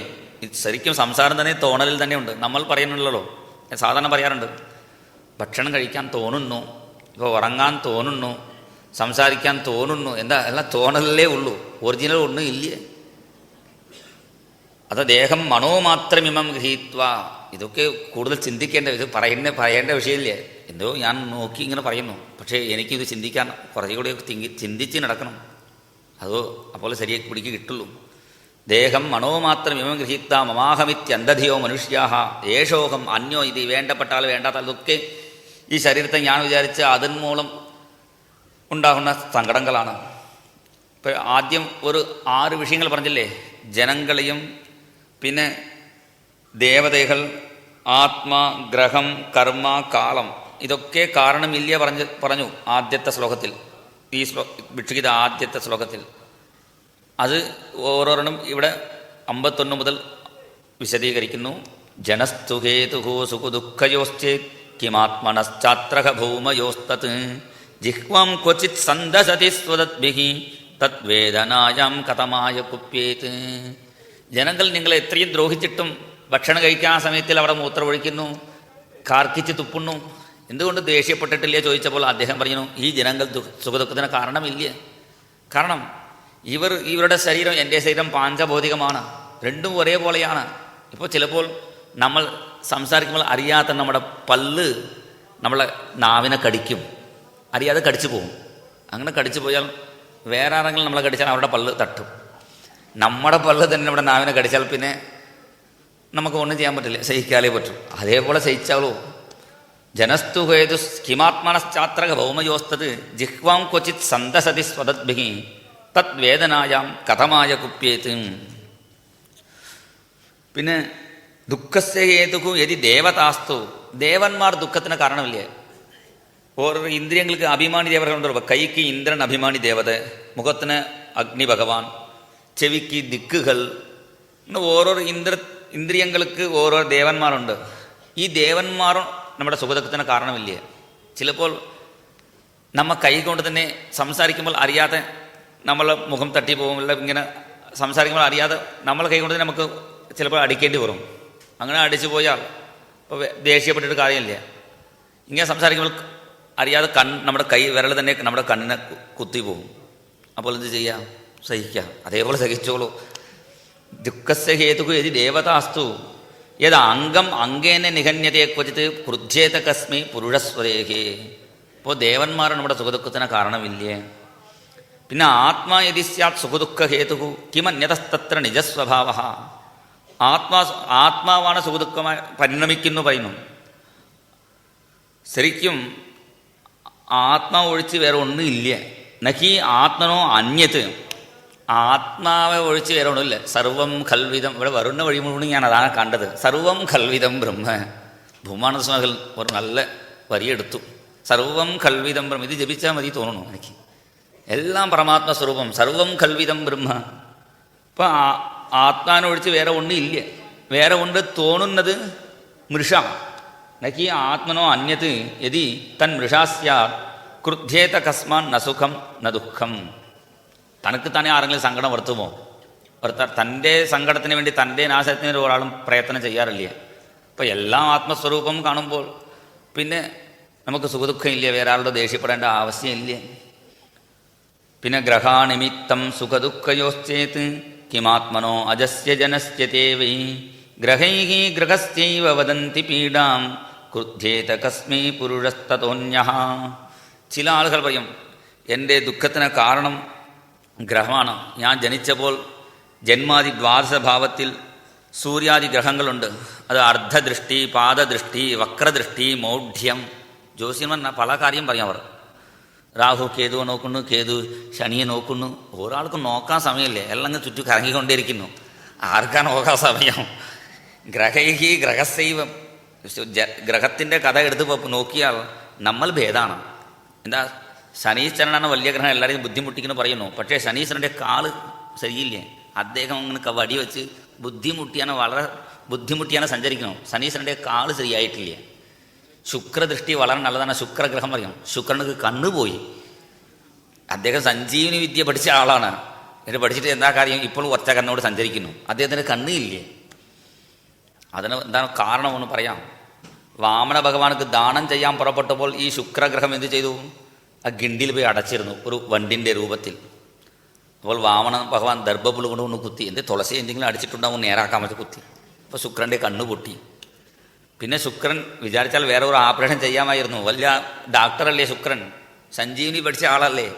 പക്ഷേ അദ്ദേഹം വേറെ കണ്ണ് വെച്ചിട്ടില്ലേ. എന്താ കാരണം? ഒരു നല്ല കാര്യത്തിന് ദാനം കൊടുക്കുമ്പോൾ തടസ്സമായി ഇരുന്നാൽ അവർക്ക് കണ്ണ് ബാധിക്കും, സൂക്ഷിച്ചോളൂ. അത് നമുക്ക് പറയാൻ വേണ്ടിയാണ് അദ്ദേഹം അത് വേറൊരു ഓപ്പറേഷൻ ചെയ്തിട്ടില്ല. എന്തായാലും ശുക്രത്തിന് കണ്ണില്ലേ. പിന്നെ സൂര്യൻ്റെ കഥ നോക്കൂ. രാവിലെ മുഴുവനും ഇന്ത്യയിലും രാത്രിയായാൽ അമേരിക്കയിലും ഇങ്ങനെ 2 ദേശത്തിൽ ഇങ്ങനെ മാറി മാറി സഞ്ചരിച്ചു കൊണ്ടിരിക്കുന്നു.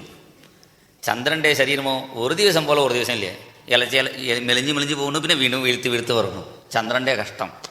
രാഹുവിൻ്റെ തല തന്നെ കാണില്ലേ, കേതുവിൻ്റെ ശരീരം കാണില്ലേ. ഈ ഗ്രഹത്തിൻ്റെ കഥ നോക്കിയാൽ അവർ തന്നെ വളരെ ബുദ്ധിമുട്ടുന്നു. ഗ്രഹൈഹി ഗ്രഹസ്യൈവ വദന്തി പീഡാം ക്രുദ്ധ്യേത കസ്മൈ പുരുഷസ്തതോന്യഃ. ഈ ഗ്രഹത്തിൻ്റെ ദോഷമാണ്. ജ്യോതിഷ്യന്മാർ പറയുന്നത് കൃത്യമാണ്. ഇത് ഗ്രഹദോഷമാണ് പറയുന്നു. നമ്മുടെ ദോഷമായിട്ട് അവർ പറയുന്നില്ലേ. ഗ്രഹപ്പിഴയേ പറയുള്ളൂ. ഗ്രഹത്തിനാണ് പിഴ. നമുക്കൊരു പിഴയില്ലേ, നമുക്കൊരു ദോഷവും ഇല്ലേ. അത് ആ ഗ്രഹം സഞ്ചരിക്കുന്ന സമയത്തിൽ ഈ ശരീരം ജനിച്ചത് കൊണ്ട് ആ ഗ്രഹപീഡ നമ്മുടെ ശരീരത്തിന് വന്നു വിചാരിച്ച്, ഈ ശരീരം ഞാൻ വിചാരിച്ചത് കൊണ്ടല്ലേ ഇത്രയും ദുഃഖം നമ്മൾ അനുഭവിക്കുന്നത്. എനിക്ക് ശനി പിടിച്ചു, കേതുവിൻ്റെ ദശ, ആ ദശ, ഈ രാഹു ദശ എന്നൊക്കെ പറയുന്നുണ്ടല്ലോ. ഇത് നമുക്ക് ഒരു ദശയും ഇല്ലേ, നമുക്ക് ഒറ്റ ദശയേ ഉള്ളൂ. എന്താ ദശ? ഭാഗവതത്തിൻ്റെ ഇരുന്നാൽ മതി. കാരണം സൂര്യൻ നമുക്ക് രാശിയെല്ലാം ഇവിടെ തന്നെ 12 രാശികളും ഈ 12 സ്കന്ധങ്ങളിലേ ഉള്ളൂ. ഭാഗവതം അടച്ച് വായിക്കുന്നവർക്ക് ഒരു പിഴയുമില്ലേ. ഞാൻ ചിലപ്പോൾ ജ്യോതിഷം നോക്കുന്നുണ്ടോ, അപ്പോൾ പറയും നിങ്ങൾക്ക് ഒന്നും പണം കിട്ടില്ലേ ഈ മാസം, അങ്ങനെ പറയും. പക്ഷേ ആ മാസം എനിക്ക് കൂടുതൽ പണം കിട്ടും. പിന്നെ എന്താ കാരണം? ഭാഗവതം വായിക്കുമ്പോൾ ഈ ഗ്രഹം കൊണ്ട് നമ്മളെ ബാധിക്കാറില്ലേ. ഇത് എൻ്റെ ഗുരുനാഥൻ്റെ അനുഭവത്തിൽ പല തവണ കണ്ടതാണ്. അപ്പോൾ ഇതൊക്കെ ഈ ശരീരം ഞാൻ വിചാരിച്ച് നടക്കുമ്പോഴാണ് ഇത്രയും ബുദ്ധിമുട്ട് വരുന്നത്.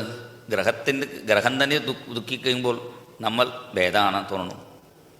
പിന്നെ കർമാസ്തു ഹേതു സുഖദുഃഖയോശ്ചേത് കിമാത്മനസ്തദ്ധി ജഡാജഡത്വേ ദേഹസ്ത്വചിത് പുരുഷോയം സുപർണഃ ക്രുദ്ധ്യേത കസ്മൈ നഹി കർമ്മമൂലം. ചില ആളുകൾ പറയും കർമാവാണ് സുഖദുഃഖത്തിന് കാരണം. അതും തെറ്റാണ്. കർമ്മം തന്നെ ഇല്ലേ. അപ്പം കർമ്മം തന്നെ ഇല്ലേ പറയുമ്പോൾ പിന്നെ കർമ്മം കൊണ്ട് എങ്ങനെ ദുഃഖം ഉണ്ടാവും? കാരണം കർമ്മം ചെയ്യണമെങ്കിൽ രണ്ട് വേണം. ജഡം വികാരമാവുന്നു.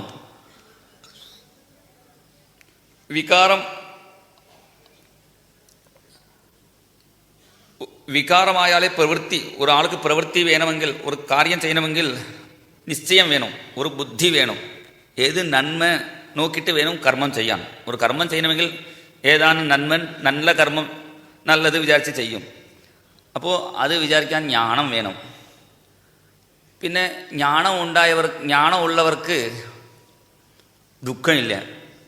ജഡം വികാരപ്പെട്ടുകൊണ്ടിരിക്കും, അതിന് ദുഃഖമില്ല. ഈ ശരീരം ജഡം, ആത്മാ ശുദ്ധ ജ്ഞാനസ്വരൂപം. അപ്പോൾ കർമ്മം നമ്മൾ തോന്നലാണ്, ഉണ്மைയിൽ കർമ്മം ഇല്ല. അതുകൊണ്ട് കർമാസ്തു ഹേതുഹു സുഖദുഃഖയോശ്ചേത് കിമാത്മനസ്തദ്ധി ജഡാജഡത്വേ. ഇത് ജഡമാവും അജഡമാവും ഇരിക്കുമ്പോൾ ഈ ശരീരം ദേഹസ്തു അചിത്, ഈ ശരീരം ജഡം, അതുകൊണ്ട് കർമ്മം ചെയ്യാൻ പറ്റില്ല. പുരുഷോയം സുപർണ, ഈ ആത്മാവോ ജ്ഞാനസ്വരൂപൻ, അവനക്കും കർമ്മം ചെയ്യാൻ പറ്റില്ല. അപ്പോൾ കർമ്മത്തിൻ്റെ മൂലം തന്നെ ഇല്ല. കർമ്മം തന്നെ ഇല്ല എന്ന് പറയുമ്പോൾ പിന്നെ കർമ്മം കൊണ്ട് എങ്ങനെ ദുഃഖം വരും? അപ്പോൾ അതും ഇല്ല. കർമാവ് കാരണമില്ല. അതുകൊണ്ട് തന്നെ കിമഹം പാപമകരവമിതി കിമഹം സാധുനാ കരവം.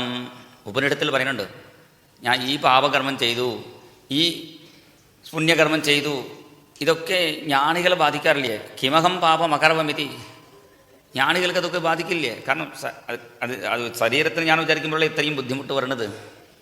അപ്പോൾ അവർ ഒരേപോലെയാണ് ഇരിക്കുന്നത്. പിന്നെ കാളസ്തുഹേതു സുഖദുഃഖയോശ്ചേത് കിമാത്മനസ്തത്ര തദാത്മകോസൗ നാഗ്നേർഹി താപോ ന ഹിമസ്യ തത്സ്യാത് ക്രുദ്ധ്യേത കസ്മൈ ന പരസ്യ ദ്വന്ദ്വം. ചില ആളുകൾ പറയും, എൻ്റെ കാളദോഷമാണ് ഇത്രയും സങ്കടപ്പെടുന്നത് എന്ന് പറയും. കാളവും സുഖദുഃഖത്തിന് കാരണമാവില്ലേ? കാരണം കിം ആത്മനഃ തത്ര തഥാ, ഈ ആത്മാവ് കാളത്തിൻ്റെ ഒരു അംശമാണ്. അപ്പോൾ അംശിയുടെ ധർമ്മം അംശത്തെ ബാധിക്കില്ലേ? ഇവിടെ പറയുന്ന ഉദാഹരണം നാഗ്നേർഹി താപ്യ, അഗ്നിയുടെ ചൂട് അഗ്നിയുടെ നിന്ന് വരുന്ന തീപ്പൊരിയെ ബാധിക്കില്ലേ? അതേപോലെ ന ഹിമസ്യ തത്സ്യാത്ത്, ഹിമം പറഞ്ഞാൽ മഞ്ഞ്, മഞ്ഞിൻ്റെ അംശമാണ് ജലകണം, ജലത്തുളികൾ. ഈ മഞ്ഞിൻ്റെ ശൈത്യം ജലത്തിനെ ബാധിക്കാറില്ലേ?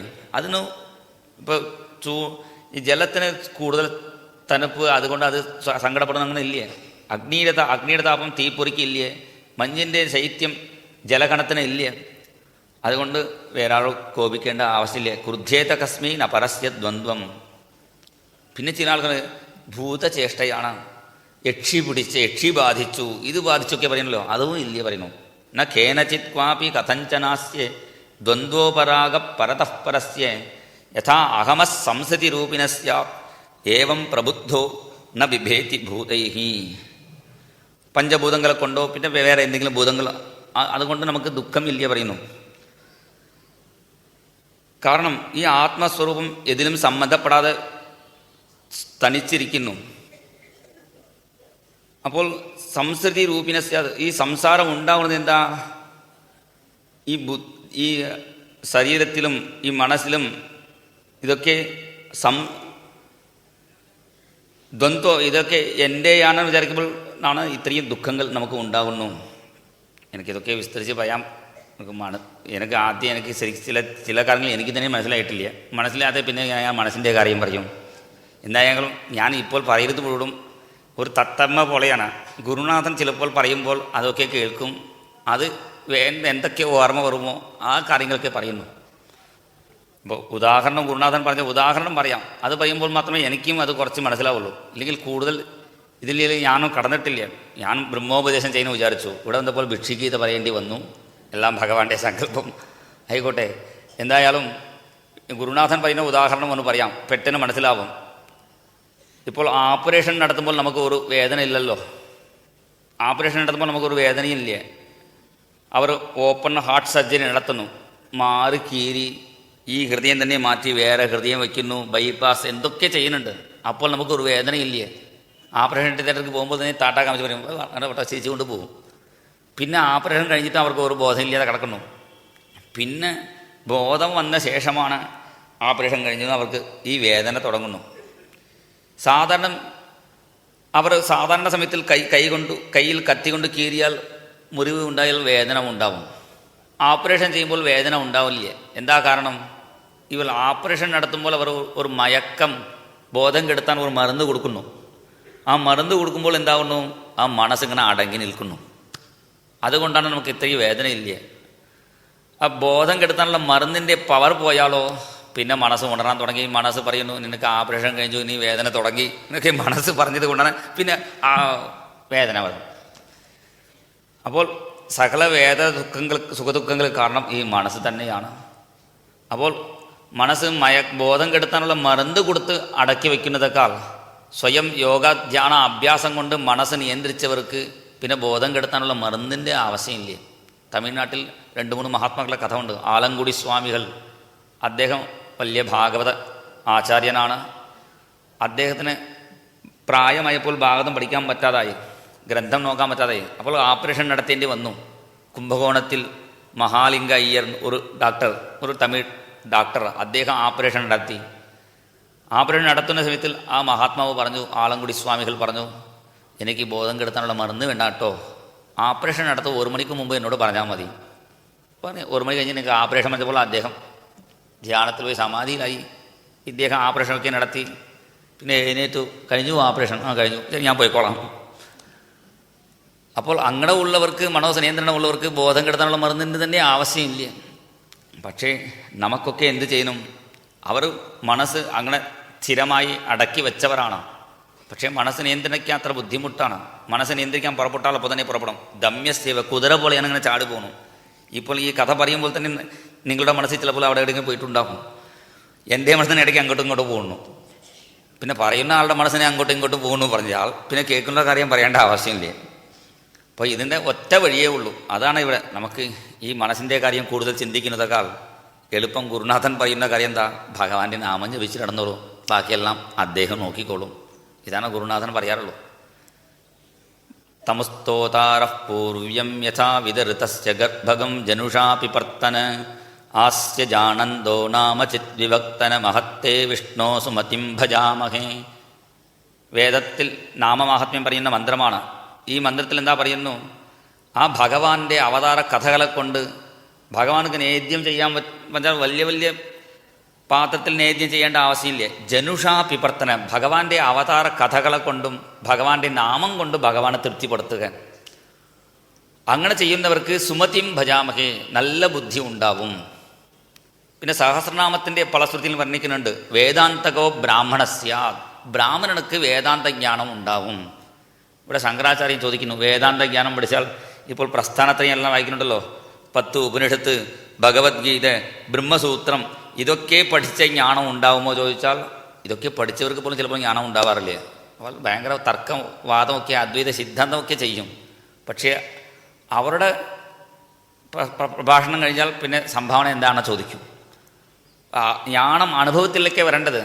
ഇവിടെ ആദിശങ്കരാചാര്യൻ ചോദിക്കുന്നു, വേദാന്തകോ ബ്രാഹ്മണസ്യാത്ത് പറഞ്ഞാൽ ശാസ്ത്രജ്ഞാനമാണോ അനുഭവജ്ഞാനമാണോ കിട്ടും. സഹസ്രനാമം പഠിക്കുന്നവർക്ക് ഏത് ജ്ഞാനമാണോ ഉണ്ടാവും? അനുഭവജ്ഞാനമാണോ ശാസ്ത്രജ്ഞാനമാണോ ചോദിക്കുന്നു. അവിടെ ശങ്കരാചാര്യൻ തന്നെ ഉത്തരം പറയുന്നു, വേദാന്ത അനുഭവജ്ഞാനം. ഈ ശരീരം വേറെ, ഞാൻ വേറെ, ഈ അനുഭവജ്ഞാനം ഉണ്ടാവും. അതാണ് പറയുന്നു. ഇവിടെയും ഈ മഹാത്മാവ്, ഈ ദ്വിജൻ ഭിക്ഷു എന്താ പറയുന്നു? ഏതാം സ ആസ്ഥായ പരാത്മനിഷ്ഠാം അധ്യാസിതാം പൂർവതമൈർമഹർഷിഭിഃ അഹം തരിഷ്യാമി ദുരന്തപാരം തമോ മുകുന്ദാഘ്രിനിഷേവയൈവ. ഈ വലിയ തമസ്, ഇത് അജ്ഞാനം, ഈ സംസാര സാഗരം, അത് എളുപ്പത്തിൽ നമുക്ക് കടന്നു പോവാം. മുകുന്ദാംഗ്രി, ഭഗവാന്റെ പാദമാകുന്ന കപ്പൽ പിടിച്ചാൽ മതി, ഭഗവാന്റെ പാദം പിടിച്ചാൽ മതി. എൻ്റെ ഗുരുനാഥൻ തമിഴ്നാട്ടിലൊക്കെ സങ്കല്പമുണ്ട്. ഏത് കർമ്മം ചെയ്യുമ്പോഴും കുളിക്കാൻ പോയാൽ തന്നെ ഒരു 10-18 സങ്കല്പം ഉണ്ടാവും. ജന്മാഭ്യാസ ജന്മപ്രതി ഏതക്ഷരബന്ധം ബാല്യവേശി കൗമാരേ യൗവനേ വാർദ്ധകേച്ച ജാഗ്രത് സ്വപ്ന ശ്രുതി അവസ്ഥാസു മനോവാക്കായ കർമ്മേന്ദ്രിയ ജ്ഞാനേന്ദ്രിയ വ്യാപാരഹി, എന്തൊക്കെ പറഞ്ഞ് ഞാൻ ഓരോ പാവവും പറഞ്ഞ് സംഗളീകരണാനാം മലിനീകരണാം, ഇത് പല പാപങ്ങളുടെ പേര് പറഞ്ഞ് ഈ എല്ലാ പാവവും നശിക്കാൻ വേണ്ടി ഞാൻ കുളിക്കുന്നു. കുളിക്കാനാണ് 10 മിനിറ്റ് സങ്കല്പം. ഗുരുനാഥൻ പറയും, ഇത്ര പാപത്തിൻ്റെ പേര് പറയുന്ന ഭക്ഷണം രാമരാമ ജപിച്ച് കുളിച്ചാൽ പണ്ടേ പാപം പോയിരിക്കും. ഗുരുനാഥൻ അങ്ങനെ പറയുള്ളൂ. കാരണം ഈ ചിലപ്പോൾ പൂജ കാര്യത്തിൽ അങ്ങനെയാണ്. ചിലപ്പോൾ പൂജ ഒക്കെ ഗംഭീരമായി സങ്കല്പം ചെയ്യും, അത് കിട്ടുക ഇത് കിട്ടാനായിട്ട് പൂജ വലിയ സങ്കല്പം 6 മണിക്കൂർ വേണ്ടി വരും. പിന്നെ പൂജ കഴിഞ്ഞ് പ്രാർത്ഥന 6 മണിക്കൂർ, പൂജ 10 മിനിറ്റിൽ വേഗം കഴിയും. പൂജയാണ് പ്രാധാന്യം, അത് 10 മിനിറ്റിലാവും. പ്രാർത്ഥനയും പിന്നെ സങ്കല്പങ്ങളും കൂടുതലായി പോകും. അതിന് പകരം പൂജ കൂടുതലാക്കിയാൽ നല്ലതാണ്. തമോ മുകുന്ദാംഘ്രി നിഷേവയൈവ, ആ ഭഗവാനെ ആശ്രയിച്ചാൽ മതി, ഭഗവാന്റെ നാമം ജപിച്ചാൽ മതി.